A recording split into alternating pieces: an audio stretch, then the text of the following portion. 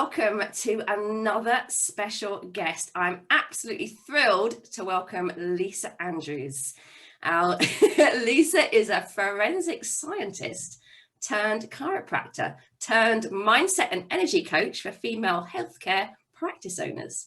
Now, after making all the mistakes herself and having something of a bumpy road as a business owner, she now loves helping women align their mindset and energy so they can create a life and business they love without sacrificing their health, happiness, and freedom in the process. Super important.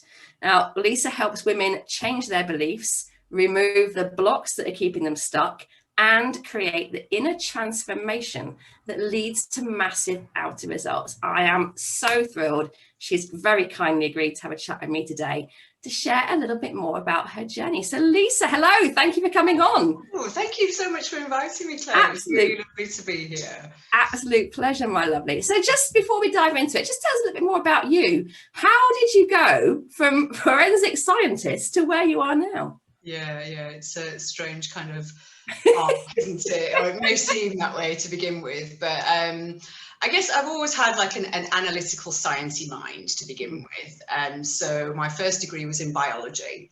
And when I left that, I just ended up getting a job that I fell into more than anything else. There was nothing intentional about it. It was just, I need to stay in Birmingham because I want to. I'll just apply to an agency. And I ended up with a lab job. It was a forensic science lab. And I actually loved working there. I'd done laboratory work before and that kind of thing appealed to me. But within sort of about a year or so, I was getting bored of the routine nature, and there's not an awful lot of people contact when you're in a laboratory with a pipette all day. And I started to think, this is not really what I want to do for the rest of my life. And also the progression, if you worked in a place like that, was you stopped working in the labs and ended up becoming a manager of the place. Mm-hmm. And that really wasn't something that I saw myself doing. That kind of role didn't appeal at all.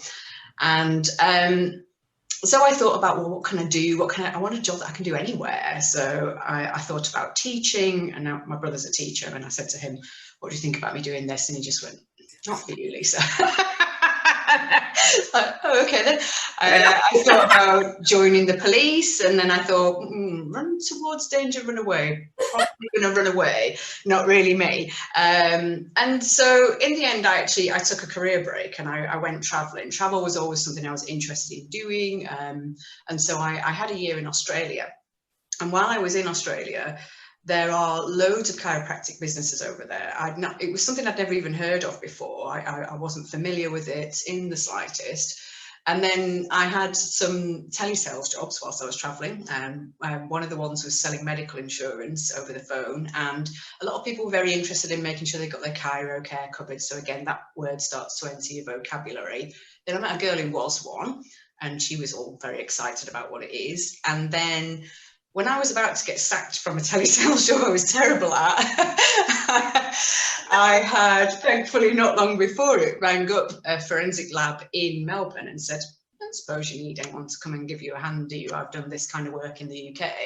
And thankfully they said yes. And when I went to work there, everybody who I was working with was seeing a chiropractor for something or another. And so I was like, what is it? What is it you guys are going for? And they're all, extolling its virtues.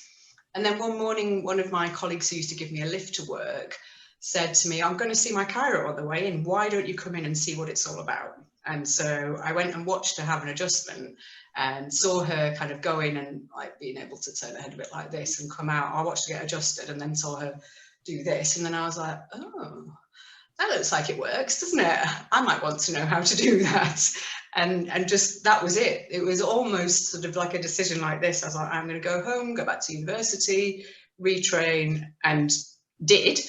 And then when I graduated, I always thought I didn't want my own business. So I said, I'll be fine. I'm happy to work for somebody else. Let someone else have the stress of dealing with the business and all of that. And my first boss actually said, I'll give you 5 years and you'll have changed your mind.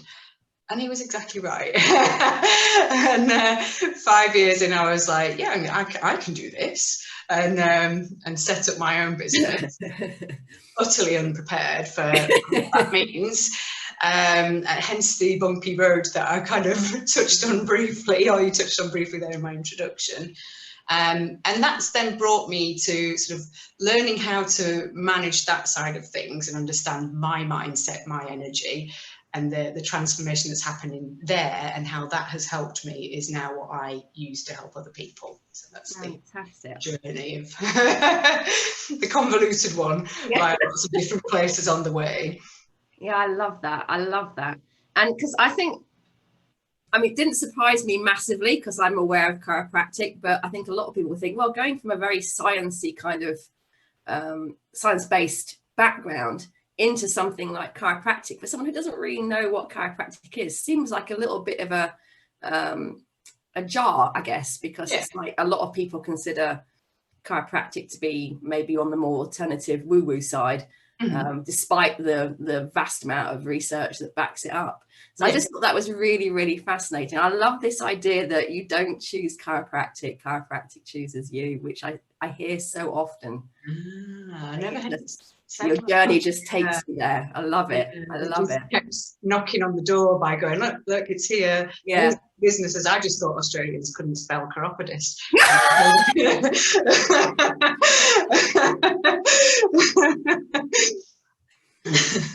Okay, yeah. That's how much I knew about it to start with. Yeah. Brilliant. So Lisa, you mentioned starting off your own business, and I think a lot of people when they do start their own business are incredibly unprepared. You think you know what you're doing, but you really don't. So you've mentioned about all the mistakes that you've made. Are you able to share some of the challenges you faced as a business owner and how you managed to turn that around in a bit more detail? Yes, certainly. I mean, well, the first mistake really was hope is not a plan. You know, you go into your business and you hope it's going to be okay.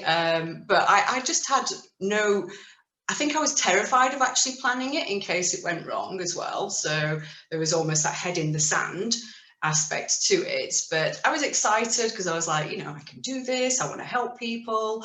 But I wasn't prepared for all of the things that actually running your own business means. Somebody once asked me, how I was spending my day, and I think I put 98% seeing patients, 2% admin. But that's not true. You're doing the marketing, the banking, creating content, doing all of these things that take up time and energy. And then seeing patients as well. And I wasn't prepared for it. And I had this kind of, amazing idea about how many people I thought I wanted to be seeing. I thought I was going to earn loads of money. It's going to be all this freedom, free time, take time off whenever I wanted. And really, I was an absolute tyrant as a boss. I was working horrendous amounts of hours and, not really looking after myself at all in the process as well. So self-care priority straight out of the window. It was all doing in the business, and really it pushed me to the point of burnout. So it showed up in lots of ways. I mean, I was stressed, and then I ended up with insomnia, and that wasn't just 1 or 2 nights, it was quite a lot. And when you've been awake for days and days on end, and you're trying to get in your business and be this, healthy, happy person to help the people who are coming in to see you, when you're running on empty, it's a difficult place to be. And so I ended up quick fixing that. I ended up going to my GP and getting sleeping pills, which not a nice thing to have to do. And then, as with every quick fix, it only works for a small amount of time. So then I was taking 2, and then I was taking 3 sleeping pills. Then I might be having some wine to kind of still be able to get to sleep because they weren't working anymore. And I knew, and I was massively out of integrity. I hated how I felt then, because it just went against everything I knew that was healthy. And yet I was putting myself through that in order to go and try and help people, because it's like, well, I can't take any time off, because if I take time off, then the business is going to go down the tubes as well. And so I put myself under an enormous amount of pressure with that. And then I also got horrible back pain as well. So kind of ironic for the chiropractor, yes. And that was, it was nasty. I'd get out of bed in the morning and my partner would have to help me get undressed to get in the shower because I couldn't do it myself. I'd be crying and I would have to shove an ice pack down the back of my trousers and then drive to work to see a day of people again as well. And you cannot be like that for any length of time. So it's no wonder I hit the point of burnout. I remember vividly the first Christmas of having my own business, of just getting a chest infection, feeling horrible, just being utterly miserable, not wanting to see anyone, and then not enjoying the time off that I had, because that time was just spent really recovering from everything that I was doing to myself. And I just couldn't see a way out. And I had a very negative conversation in my head about it as well, that it was, there's what's wrong with me, why can't I do this? And I would look at other people and compare myself, that horrible thing, comparisonitis of, if they're all doing it and they're all looking good and they're seeing this many people a week and all of these lovely things are happening for other people, what's wrong with me that I can't do that? And there's never a nice answer to that question because your mind's going to come up with all the things that are wrong with you if you ask it that. And so again, there was a mistake there of thinking that it was also that I had to work harder in order to have it work for me as well. It's like there must be something I'm not doing. And because I didn't feel good about myself, that would translate into then, or if I just go and learn this other technique, or if I just read this other book, when I do that, then I'll feel good enough. When this happens, then I'll feel good enough. And then I'll have time to prioritize looking after myself. And then never comes, does it, when you're in that state? And the thing that really turned it around for me to begin with, though, was getting business coaching. So my first business mentors, Joe and Steve Davison, just absolutely transformed my life, really. I wouldn't have a business now if it wasn't for them, because they really helped me put together the systems, the procedures, the techniques, and to create a business that was mine and reflective of me, not just another business, and to make it feel like a place that I wanted to be. And having that was a relief, and it was good, and I loved all of that. But I mean, initially when I used to go along to that, I would again look at the other people there and go, I can never be like them. There was still that disconnect and the compare. And it was, I'd spent all of the time doing things outside of myself. And really, I needed to do the work then inside of myself to make the underlying difference as well. Because at the end of the day, your business is an extension of you. And I worked very hard on the business and did really nothing on myself.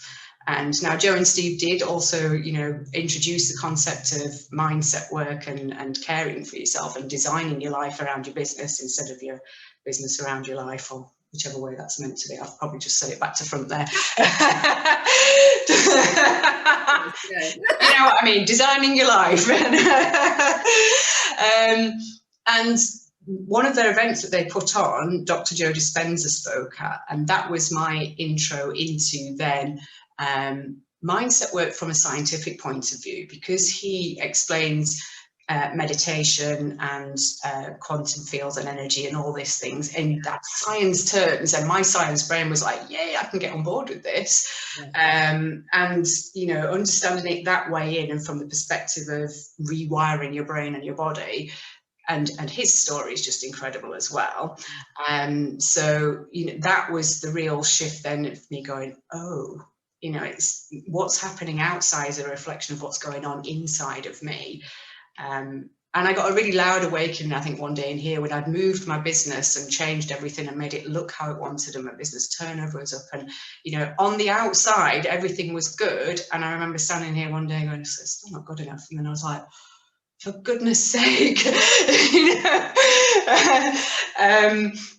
So all of the things I thought were about success, so patient numbers, money, time off, possessions, it's really, that's not the thing. It's how you feel about yourself, because you can have all of those things and still feel terrible.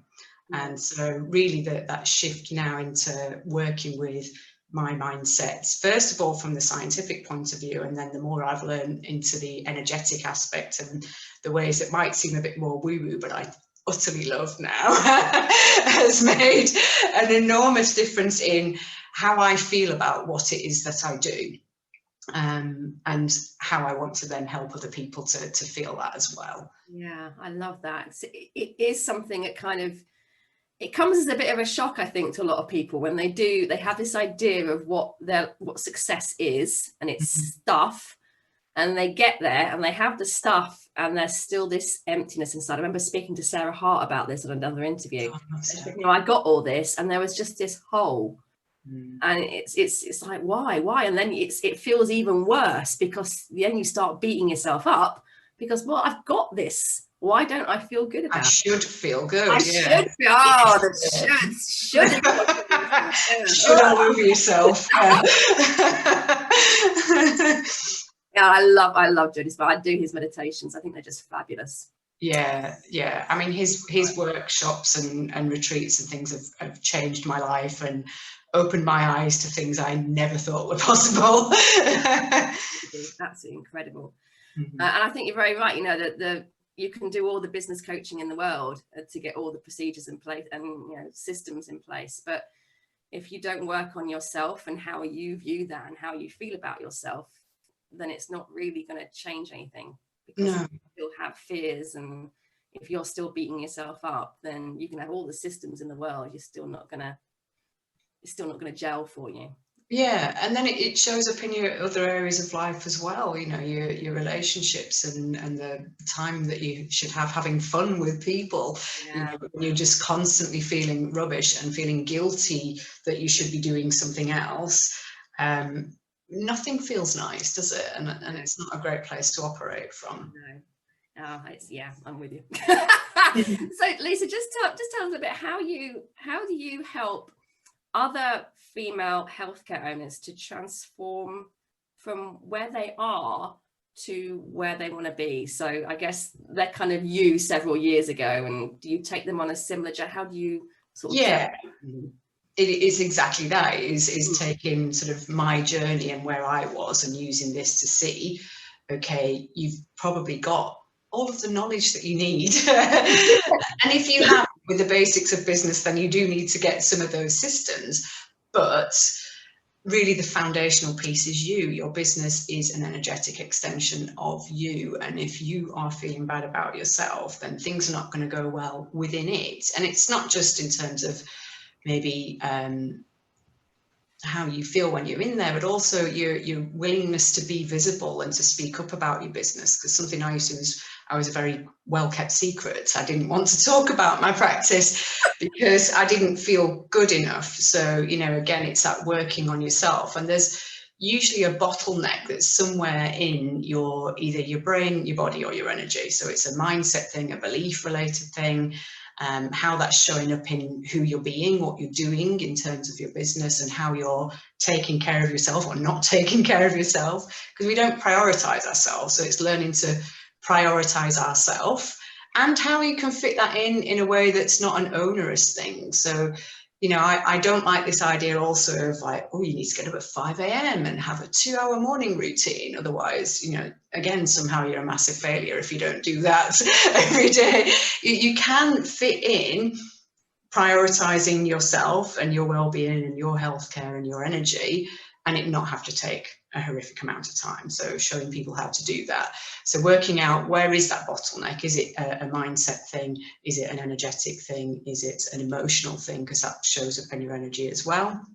And using your body as a barometer as well. It's like, you know, if you've got a particular symptom that's coming up a lot of the time, then that will be relating back. So, and then we use our body as the way in. So, you know, use the feelings that we've got, reprogram those, reprogram the beliefs, and design a business that is one that you can come in and feel as good as you're helping your clients to feel, and enjoy being there at the same time.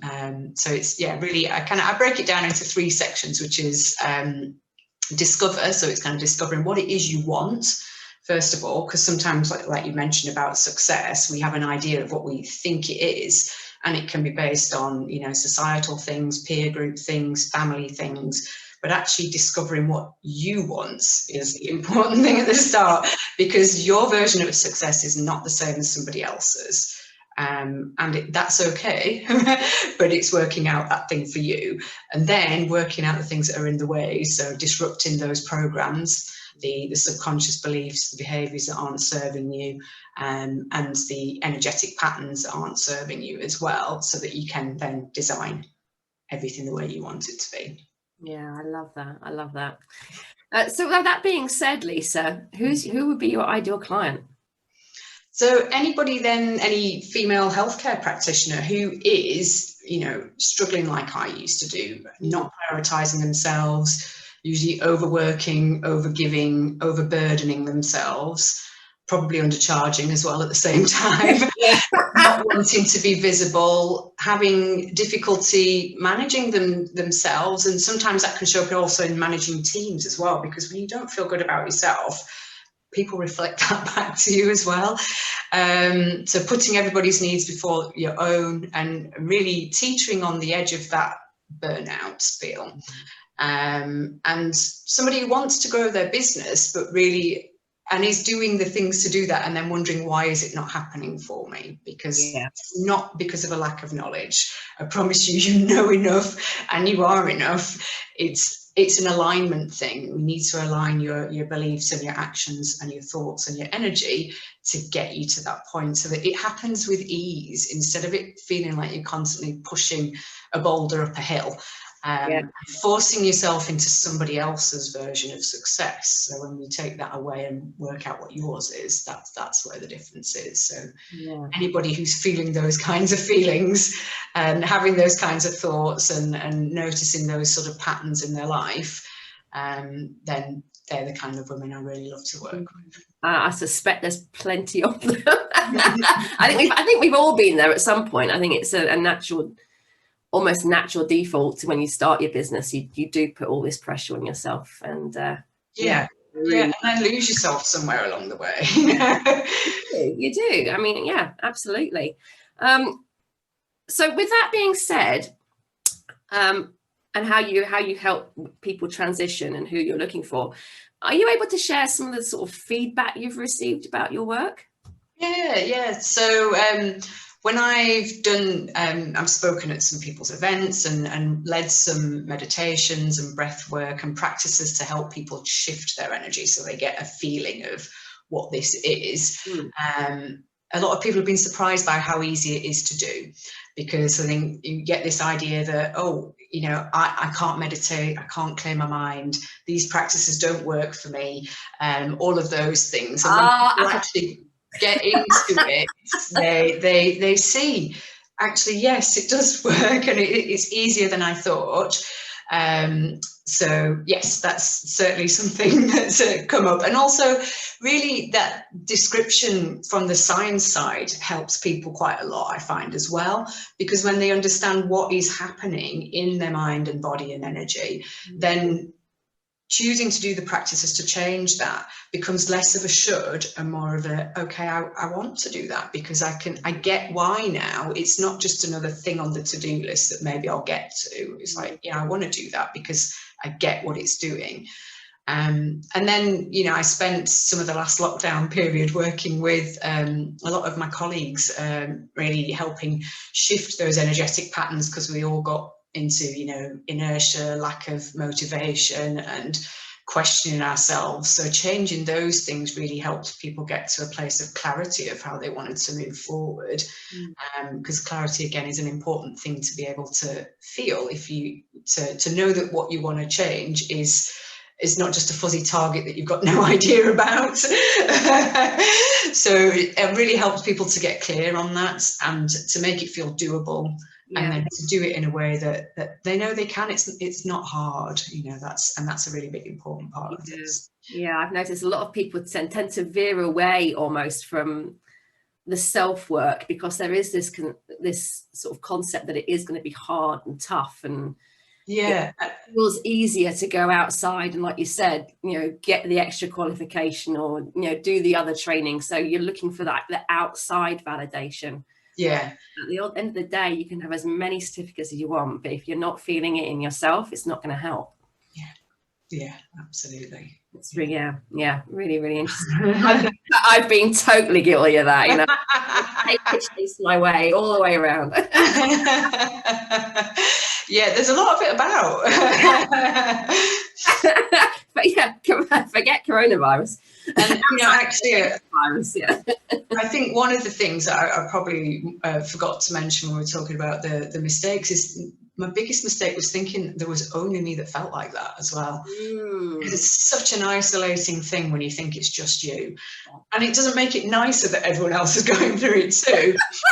But you do realise that actually it's normal, these things are normal, and there is a way out of it as well. There's this real fear around talking about it, I think, particularly when you're a professional. Yeah. I can't speak for men because I'm not one, but certainly from a professional woman's sort of point of view, when you are in a kind of energy work or healing work arena, there is this pressure to have your shit together, because if you don't, what the hell are you doing trying to help other people? And so you tend to like, I can't say that I feel like this. Yeah. But actually, I think by holding your hands up and saying, you know what, I am very close to just going overboard here, and other people then step up and go, oh yeah, me too. And it actually helps more, I think, by just admitting that vulnerability. Yeah, very true. Really interesting, very interesting. So you've mentioned Joe Dispenza, Lisa, but has there been was he or has anyone else been like a major role model for you and really helped to shape your success? Yeah, certainly Dr. Joe has, because not just from his books and his meditations, but I've also done workshops and retreats of his as well, and they've been completely beyond life-changing, opened my brain up to possibilities I thought could never exist, and really helping me think outside of the small reality I'd created for myself. But more recently, actually, somebody whose work I really love, and I feel she sort of deepens some of Joe Dispenza's work, or takes it down a little bit more down the spiritual side, is Dr. Sue Morter.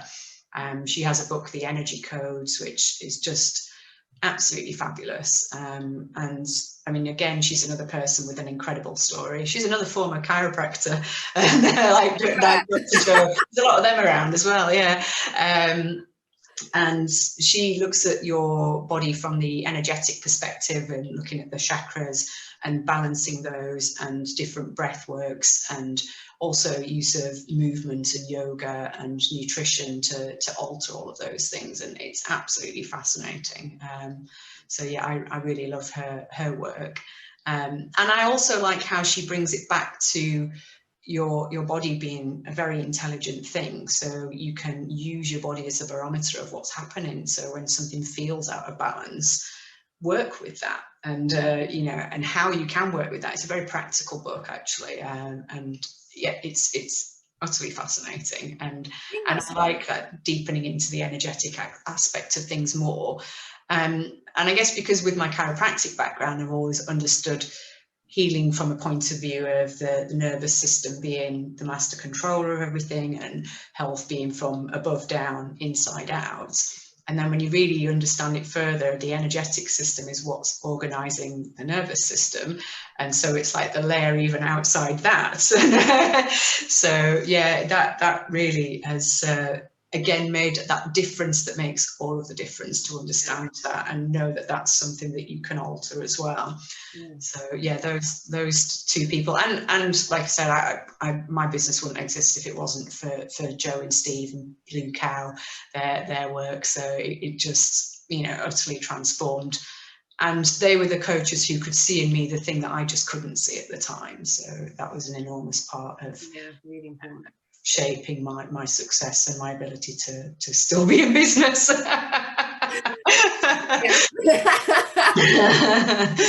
And I think when it comes to success, my favorite quote always comes from Maya Angelou, which is, success is liking yourself, liking what you're doing, and liking how you're doing it. And I love that so much, because it starts with you, that sentence, doesn't it? The first thing she says is liking yourself.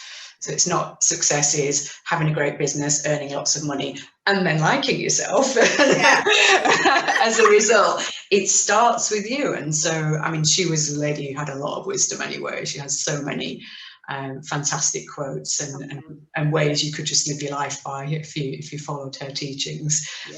Yeah, lovely. I love the fact you mentioned the fact that sort of listening to your body is a barometer, I think is the phrase you use. Mm. There seems to be, certainly recently, and I don't know if it came in when we started to Western, with the more medical model maybe, but there seems to be a real disconnect between a lot of people and the bodies they're in. There's a lot of mistrust about their body and what it can do.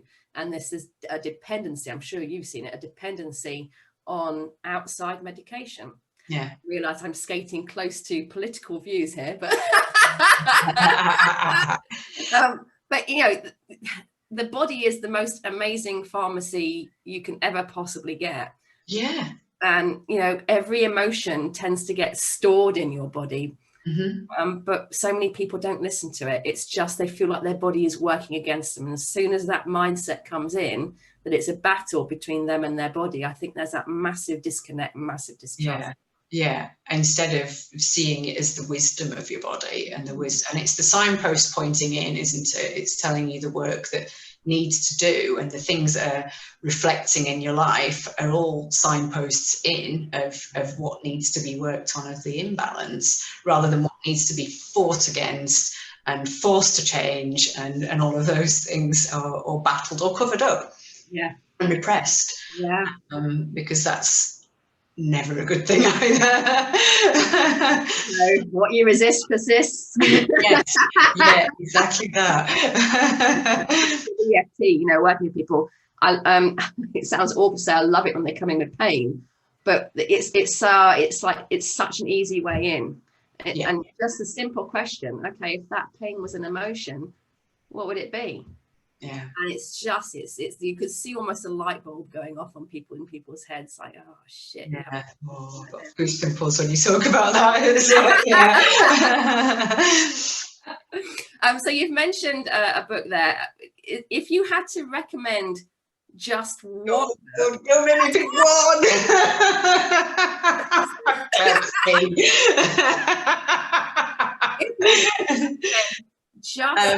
what would it be and why? Just one, then I would pick Breaking the Habit of Being Yourself by Dr. Joe Dispenza, because that was my first introduction to the scientific route of what's happening in your brain and how you can rewire that. It appealed so much to that side of me, and it opened up then the door to that world of then being able to go down the route of looking at things from an energetic perspective as well. But it really appealed to that analytical thinking, science side of my mind, and opened the door to something which probably would have been closed off to me otherwise. So yeah, if I had to pick one, I can't. I can see the pain behind your eyes. Also with the energy codes.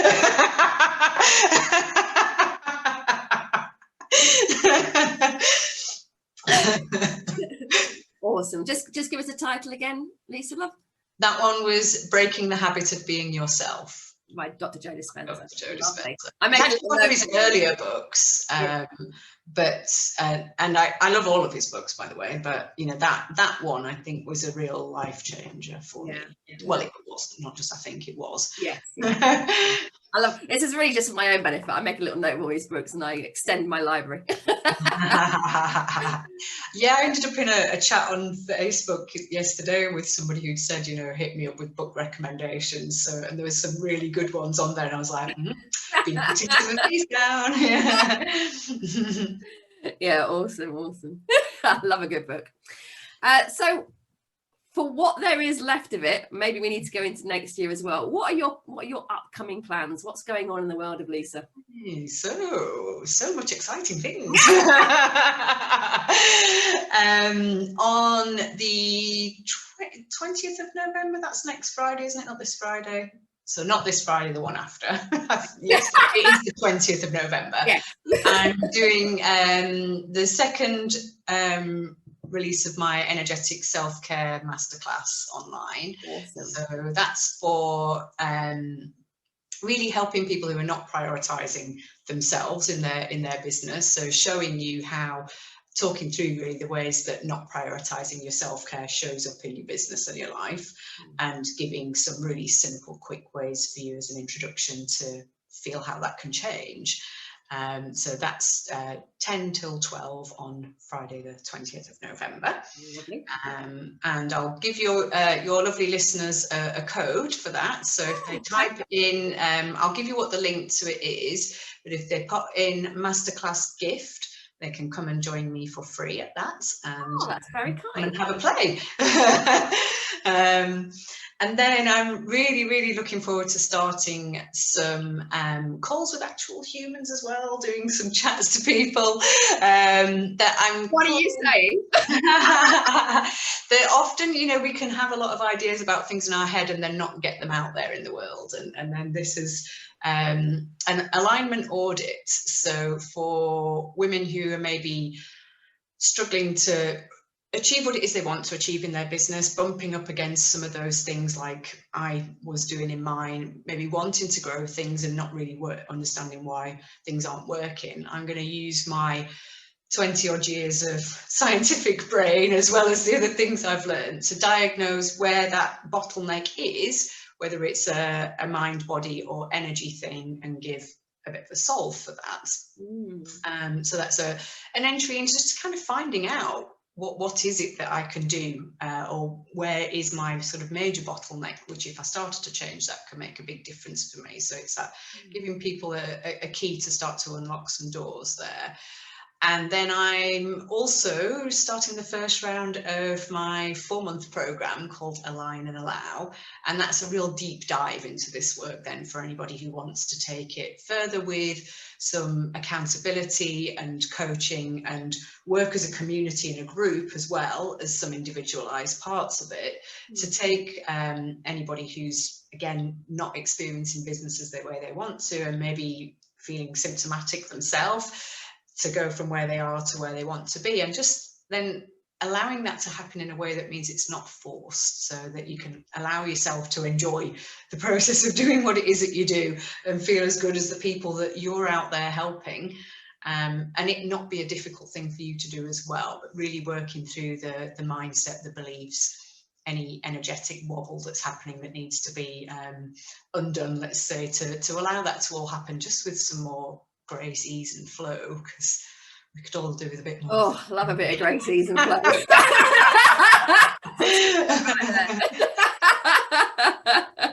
So busy. So with that being said, where can people go to find out a bit more about you and your courses and how they can join?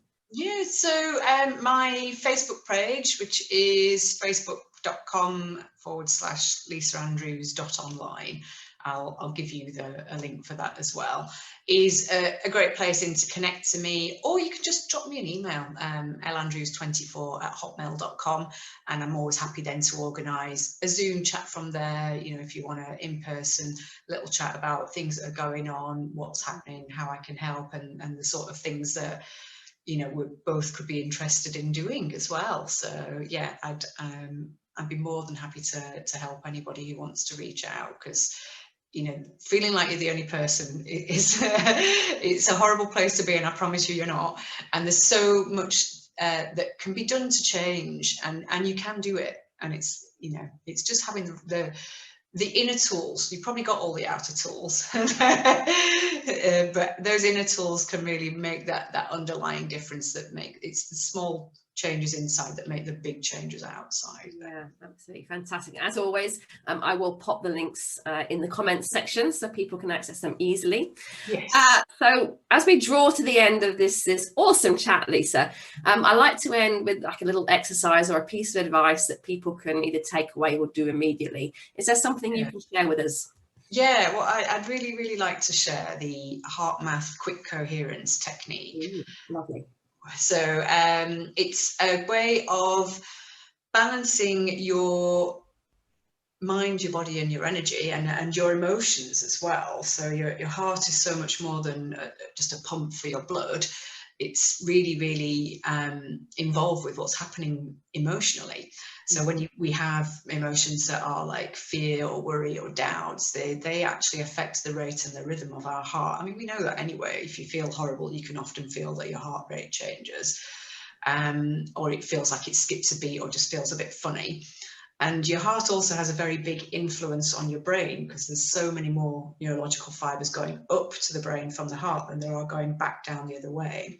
So when you can focus in on an emotion that actually stabilizes the rate and the rhythm of your heart and makes it more coherent, then what that does is send coherent messages up to your brain. So that can send coherent messages back down to your body. So you can feel a better aligned and better functioning.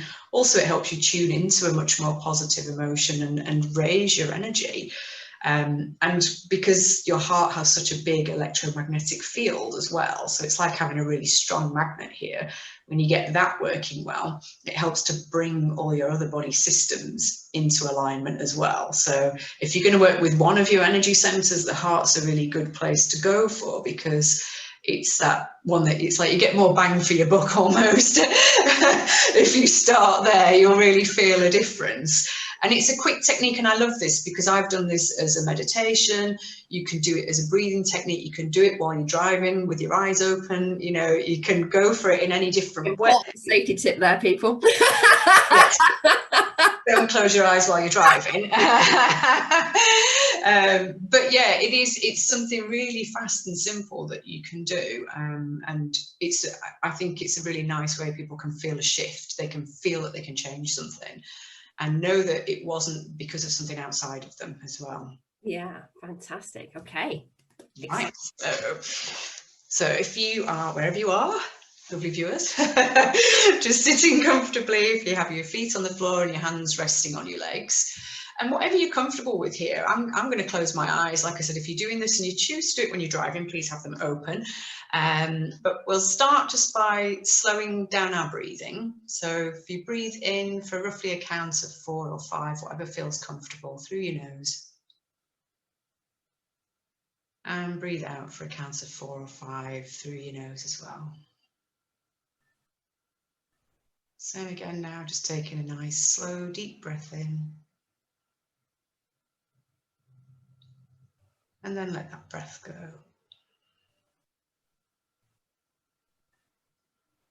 And then take a third slow deep breath in.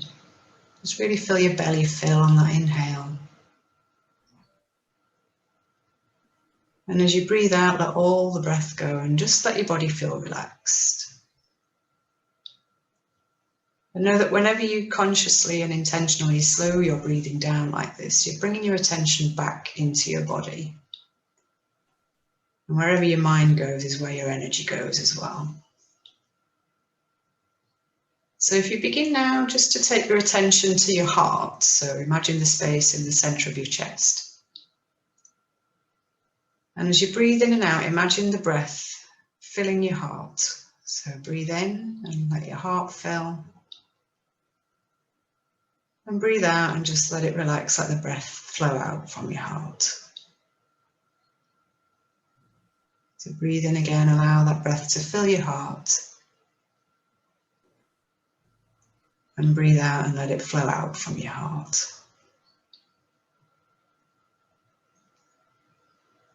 And then continuing to breathe in this way with your attention on your heart.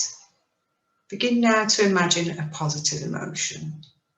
So you might want to think about something like care, joy, or gratitude.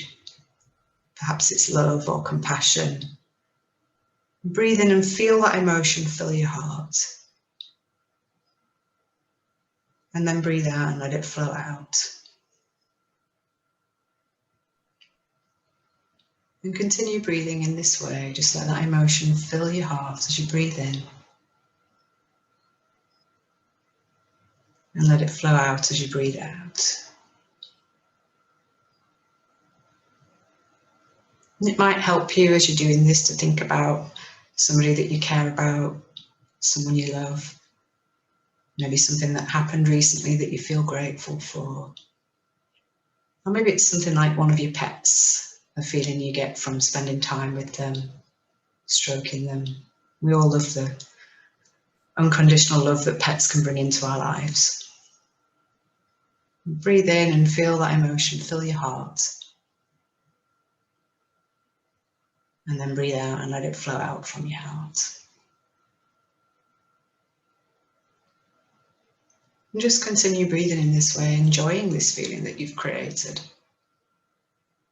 You didn't have to earn it or buy it. Nobody gave it to you, and no one can take it away. This is a feeling that's here for you all of the time. All you have to do is just turn within and focus. Just take a couple more breaths in and out here now and enjoy the feeling that you've created. Know that it's here for you all the time.